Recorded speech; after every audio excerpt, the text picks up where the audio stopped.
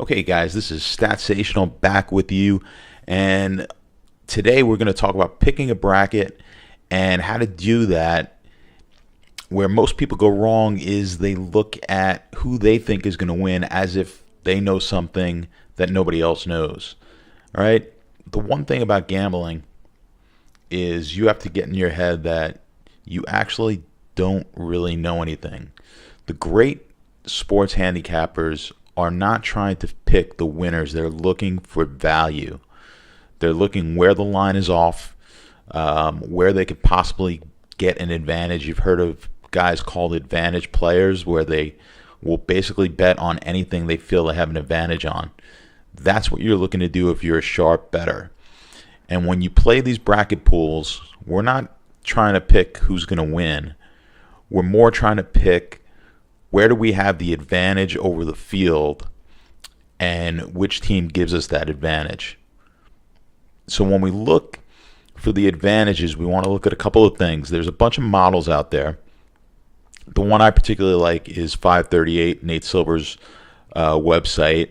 They do a breakdown of every team, how far they, or what percentage or probability they give them to advance to each round. And you can compare that to ESPN. If you go over to the ESPN website, in their brackets, they'll show you where the millions of people playing ESPN brackets are picking and at what percentage. What you're going to want to do is compare the two and really narrow it down to the final four. Here is what we're talking about. Now, based on your pool and how the rules are set up, is also going to determine how you're going to go about picking this final four bracket and your champion. So if you're in a large pool, the larger the pool, the more contrarian you need to be. Why is that? Well, if you pick chalk, you are almost guaranteed not to win that pool because the majority of the pool is going to go that way, and you are basically competing against a large number of people all picking the same way, and it's going to come down to just a few picks, possibly earlier in the tournament, or of those people who picked a very chalky Final Four, someone may have some wacky pick, or several people may have a few wacky picks that actually come true, and you'll be chalky all the way throughout the pool and not be able to win. Now, the reverse is true if you are in a 10-person pool. If you're in a 10-person pool, go ahead, take the favorite in every single game, and your chances of winning will be very high. The reason being, there'll be less volatility, less variability in the brackets. So on the whole, the favorites are going to win more often than not. And when I say favorites, I don't necessarily mean seed favorites. I mean the Vegas favorite. Much more important.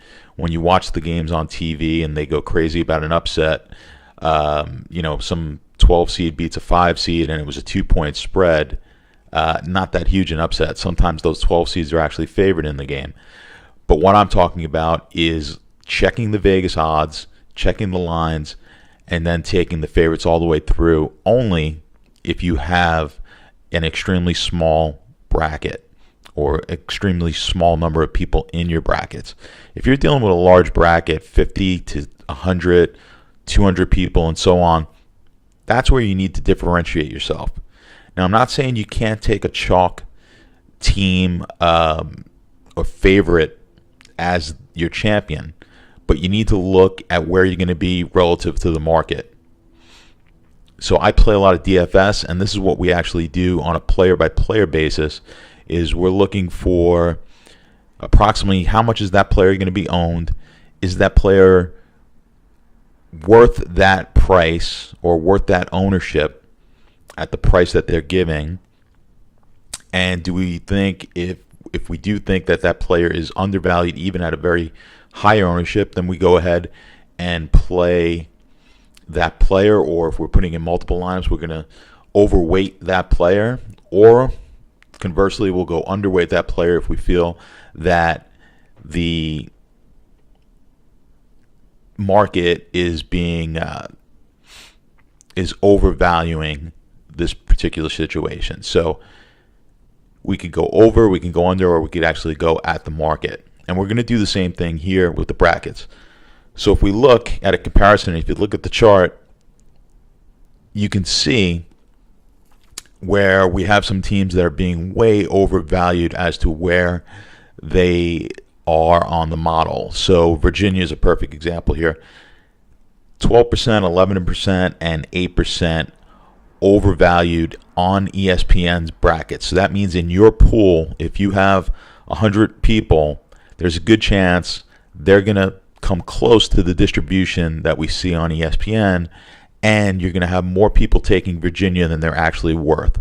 So we're going to want to be undervalued on Virginia, and if you're only putting one bracket in, that means you probably don't want to have Virginia go into the Final Four. You're going to want to have some other team from their bracket. Now, conversely, if you look at Cincinnati, who is in their bracket, they are way undervalued.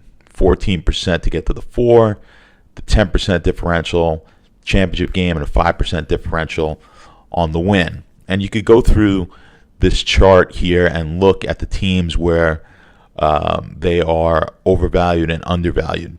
And how you're going to want to use this is, I'm not saying necessarily you need to take every team that's undervalued, but if you're going to go ahead and take a chalk team, you're going to take Villanova, let's say, who's favored to win, you are going to be one of several people. Let me see what the exact number is. Let's say you might have 20 people in your pool that you're competing against.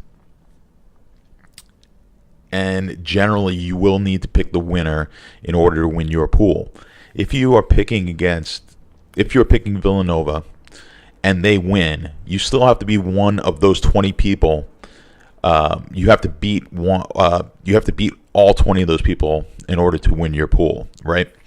So taking Villanova means you're going to have a differentiating team in the Final Four in order to move yourself up above all the other Villanovas. Okay, so this goes back to, if you took all chalk, you're probably again going to be counterfeiting other players who go very chalky. They take a lot of 1s and 2s, and it's going to be much more difficult to win.